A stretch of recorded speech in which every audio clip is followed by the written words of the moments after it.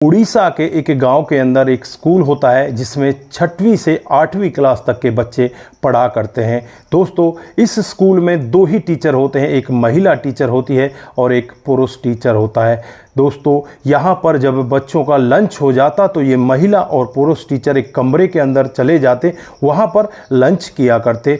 कई बार तो ये लंच के बाद तक भी उसी में बैठे रहते, बच्चे इंतज़ार करते रहते। फिर यहाँ पर एक लड़का जो थोड़ा सा शरारती तत्व का होता है, वो यहाँ पर जो दरवाज़ा होता है उसमें एक छोटा सा छिद्र करता है और उस छिद्र के अंदर जब वो झांक कर देखता है तो उसकी आंखें फटी की फटी रह जाती हैं। वो सोच में पड़ जाता है कि आखिरकार यहाँ पर चल क्या रहा है। दोस्तों, इस सब के बारे में जब टीचर और मैडम को पता चलता है तो होता है वहाँ पर बहुत बड़ा हंगामा। अगर आप लोग भी पूरे मामले को डिटेल से जानना चाहते हैं कि अंदर ये टीचर और महिला क्या कर रहे थे और उस बच्चे ने जब इनको देखा तो उसके साथ इन्होंने क्या किया था, दोस्तों आप लोग भी पूरे मामले को डिटेल से जानना चाहते हैं तक वीडियो को ज़रूर देखिएगा, ज़रा सा भी स्किप ना कीजिएगा, नहीं तो आपकी समझ में आएगा नहीं।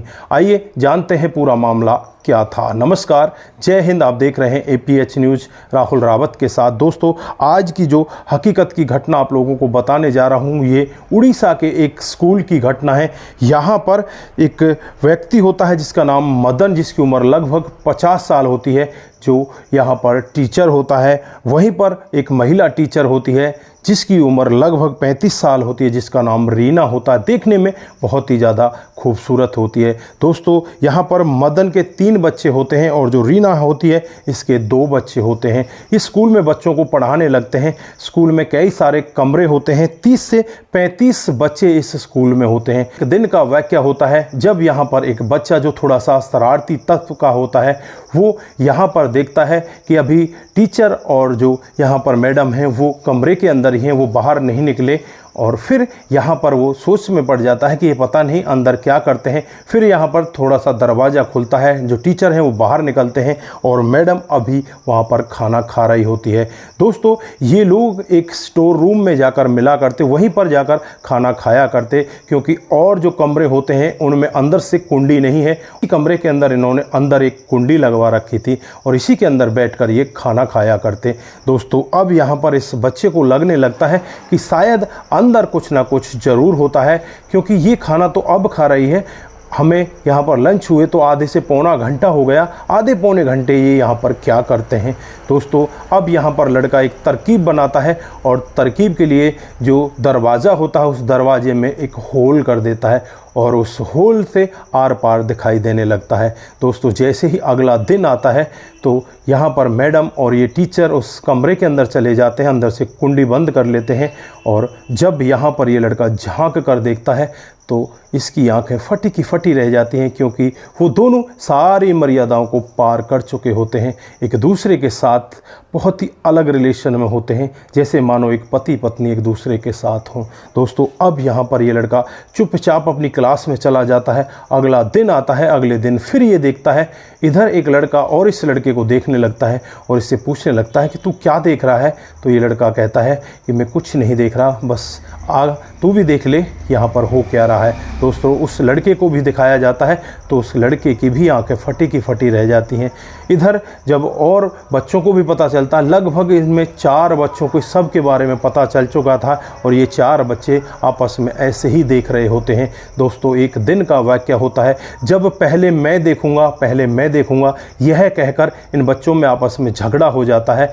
तो झगड़े होने के बाद जो यहाँ पर 3 बच्चे होते हैं वो यहाँ पर मदन के पास पहुँचते हैं और कहने लगते हैं कि यहाँ पर आपको फलां लड़का इस तरह से एक छिद्र कर रखा है इसमें और उसमें से झांक कर देखता है। दोस्तों, यहाँ पर जो लड़का होता है उसे मदन अपने पास बुलाता है और उसके साथ पिटाई करता है और उससे कहता है कि आज के बाद अगर तूने दोबारा यहाँ पर झांकने की कोशिश की तो तेरे साथ में अच्छा नहीं होगा।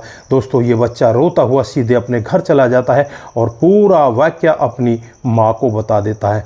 अब यहाँ पर जो माँ होती है वो दहाड़ती हुई स्कूल में पहुँच जाती जाती है और वहाँ जाकर पूरा हंगामा खड़ा कर देती है और कहने लगती है कि तुम्हें शर्म नहीं है, तुम इस तरह से मैडम के साथ अवैध तरीके से इसमें रहते हो और तुम मेरे बच्चे को मार रहे हो, तुम्हारे तो बिल्कुल भी शर्म नहीं है, मैं अब तुम्हारे खिलाफ़ कार्रवाई करूँगी।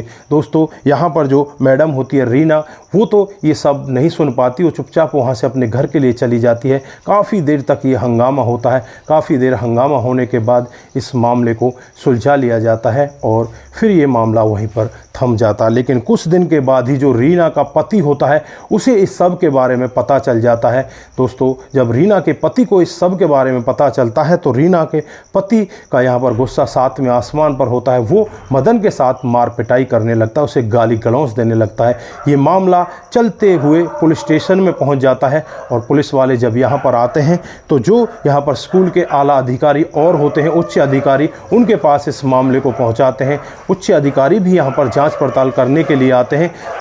जब उच्च अधिकारी यहाँ पर जांच पड़ताल करते हैं तो पता चलता है कि जो भी यहाँ पर कमरे हैं उनमें किसी भी कमरे में अंदर कुंडी नहीं है, लेकिन जिस कमरे में ये लोग खाना खाते हैं उस स्टोर का कमरा है, उसे साफ़ सफाई करके इन्होंने इसको सही बनवाया है और उस कमरे के अंदर एक चटाई रखी हुई है और एक गद्दा रखा हुआ है। ये दोनों यहाँ पर रंगरलियाँ मनाते हैं। दोस्तों, अब यहाँ पर उच्च अधिकारी भी इनके खिलाफ़ एक्शन लेना चाहते हैं और एक्शन यहाँ पर ये लिया जाता है, जो महिला रीना होती है उसका ट्रांसफ़र दूसरे स्कूल में कर दिया जाता है और यहाँ पर मदन को हिदायत दी जाती है और कहा जाता है कि अगर आज के बाद दोबारा कोई महिला यहाँ पर आती है तो तुम कभी भी कमरे के अंदर उसके साथ खाना नहीं खाओगे, ये तुम्हारे लिए हिदायत है। इधर जो बच्चे होते हैं, अब उन बच्चों को भी यहाँ से दूसरे स्कूल में ट्रांसफ़र किया जाता है, क्योंकि ये जो टीचर होता है उनसे अपनी आंखें नहीं मिला पाता, इसलिए उन बच्चों का ट्रांसफ़र भी दूसरे स्कूल में कर दिया जाता है। दोस्तों, ये थी आज की एक उड़ीसा के स्कूल की कहानी जो एक गांव के अंदर होता है और यहाँ पर एक जो 50 साल का टीचर होता है वो 35 साल की एक महिला टीचर के साथ इस तरह के संबंधों में होता है। दोनों अपनी प्यास एक दूसरे के साथ बुझा रहे होते हैं, लेकिन जब बच्चे यहाँ पर ये सब देख लेते हैं तो बच्चों के ऊपर ही आरोप मढ़ दिया जाता है। बच्चों को कहा जाता है कि तुम्हारे अंदर गलत शिक्षा है, तुम्हारे घर वालों ने क्या तुम्हें यही सिखाया है किसी कमरे के अंदर झांक कर देखना। वो पहले अपने गरेबान में झांक कर नहीं देखते कि तुम लोग क्या कर रहे हो, इन बच्चों पर यहाँ पर क्या असर पड़ेगा, तुम लोग यहाँ पर इतना गलत काम कर रहे हो, इतना घिनौना काम कर रहे हो और बच्चों को वापस उल्टा डांट रहे हो। तुम्हें अपने आप को समझना चाहिए, अपने गरेबान में झांक कर देखना चाहिए। दोस्तों, ऐसे लोगों के बारे में आपकी क्या राय है? आप क्या कहना चाहते हैं? जो शिक्षा के मंदिर, जो इतना पवित्र मंदिर होता है जहाँ पर बच्चे शिक्षा प्राप्त करते हैं, और ऐसे पवित्र मंदिर को भी ये लोग इस तरह से अपवित्र कर देते हैं अपने अवैध संबंधों के चलते हुए। तो दोस्तों, आप लोग इस घटनाक्रम पर क्या बोलना चाहते हैं? आपकी जो भी राय है एक बार कमेंट बॉक्स में ज़रूर दीजिएगा। आज के लिए बस इतना ही, फिर मिलते हैं किसी नए मोड के साथ। तब तक के लिए आप अपना ख्याल रखें, परिवार का ख्याल रखें, सतर्क रहें, सावधान रहें। नमस्कार, जय हिंद, जय भारत।